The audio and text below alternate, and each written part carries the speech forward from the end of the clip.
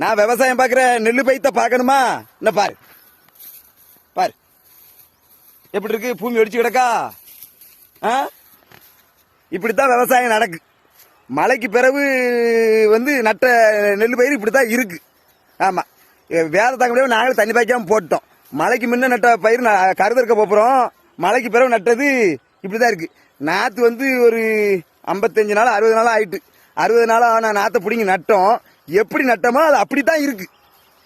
எப்படி நட்டு நடையில நாத்து நட்டமோ அப்படித்தான் இருக்கு. அது மேலேயே வரல, கீழே வரல. 4 உரம் போட்டாச்சு. 2 உரம் போட்டது கருதற்க போறோம். 4 உரம் போட்டது அப்படியே தான் நிக்கி. வைக்கல் கூட அறுக்க முடியாது. ஆமா, இதுக்கு உழவடிச்ச ரூபா, வரப்பட்ட வந்த ஆளுக்கு கூலி பைசா, நடுவக்கார ஆளுக்கு பைசா எல்லாம் போச்சு. உரம் வாங்கினது, மருந்து அடிச்சது எல்லாம். ஒரு 3 ஏக்கரு கட்டமனா போயிட்டு நமக்கே மனசு வேதையா இருக்கு. இந்த வயலில் வரும்போதுலாம் அப்படியே கண்ணீர் வருது. யாருக்கிட்ட போய் சொல்லி அழ முடியும்? விவசாயம் பார்த்துலாம் கோடீஸ்வரலாம் ஆக முடியாது, தெருக்கோடியா வேற ஆகலாம். விவசாயம் பார்க்கணும்னா பிச்சைக்காரங்களுக்கு இதுக்குதான் இப்படித்தான் விவசாயம் கவுத்து விட்டுரும்.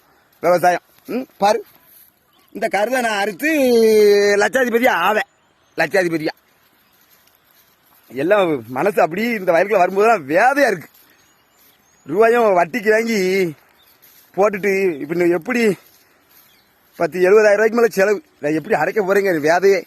எங்க ஐயா தான் மனசை தளர விட்டுறாடா, போடா விடுடா விடுடா விடுடாங்க இருக்கு. ஆனா எனக்கு கேட்க முடியாது.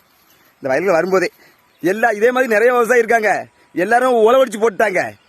எனக்கு ஆடு மாடாது மேயிட்டோன்னு, ஆடு மாடு எருவு மாடுலாம் மேயுது. ஆடு மாடு எருவு மாடுலாம் மேயுது என் பைத்த. கருதறுத்து நான் விவசாயம் பார்த்து விளங்கிடுவேன். விவசாயம் பார்க்க நிலைமை ஃபுல்லாக நாட்டில் இப்படித்தான் இருக்கு. பின்னாடி பாருங்க, பச்சை பச்சைன்னு மஞ்சள் மஞ்சேன்னு கருதா இருக்கணும். அப்படியே காஞ்சி கரவாடாவே பூமியாக கிடக்கு. தயவு செய்து எவனா இருந்தாச்சும் தான் விளைஞ்ச நாத்தை பிடிங்க மட்டும் நடாதீங்க. நான் இன்னைக்கு அழுதுகிட்டு இருக்கேன், அது மாதிரி தான் நீங்கள் நாளைக்கு அழுவிய.